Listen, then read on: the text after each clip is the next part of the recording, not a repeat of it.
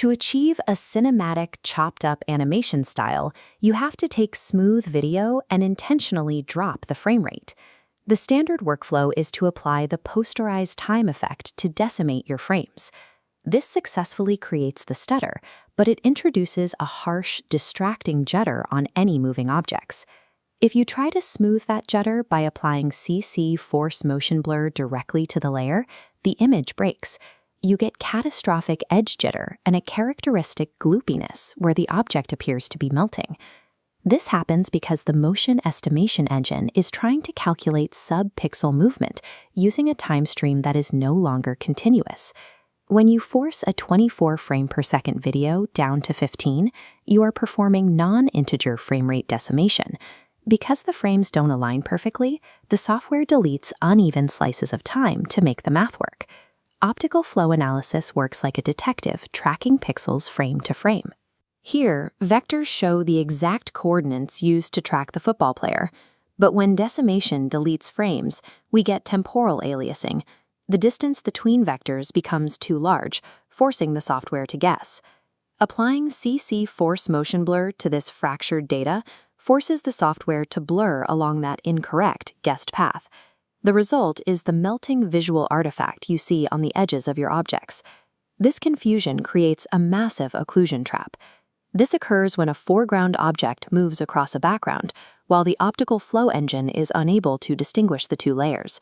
You'll see this as smearing or dragging, where the edges of the foreground object appear to physically pull the background pixels along with them. To fix this, you must change how the data is presented to the renderer. Wrap your posterized time layer in a pre-composition, and ensure you are clicking this box to move all attributes into the new comp.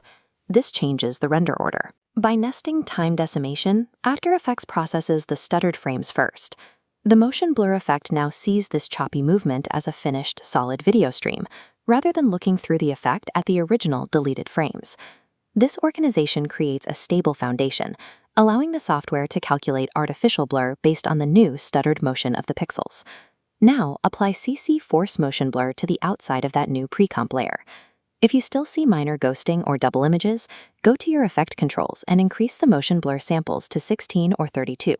This performs iterative error residual optimization. Increasing samples slices the movement into smaller increments, turning a jagged motion path into a smooth curve. The software checks the pixel's trajectory forwards and backwards, validating the flow so blur is locked to the object's actual movement. While these high sample counts require more processing power, they are required to produce a realistic cinematic motion path instead of digital artifacts. In extremely complex scenes where objects overlap and move in different directions, even high samples might not fully resolve edge glitches. In these cases, you can use edge-aware regularization. This involves manually masking and separating your moving foreground subject from the background. By isolating these layers, you provide the software with explicit spline guidance. You are telling the optical flow algorithm exactly where the object's boundary stops, so it doesn't have to guess based on pixel color. This physical separation removes the occlusion problem entirely, ensuring that foreground pixels never bleed into the background. The final result is a restored motion vector field. The video maintains its stylized low frame rate stutter, but every frame carries a photorealistic motion blur.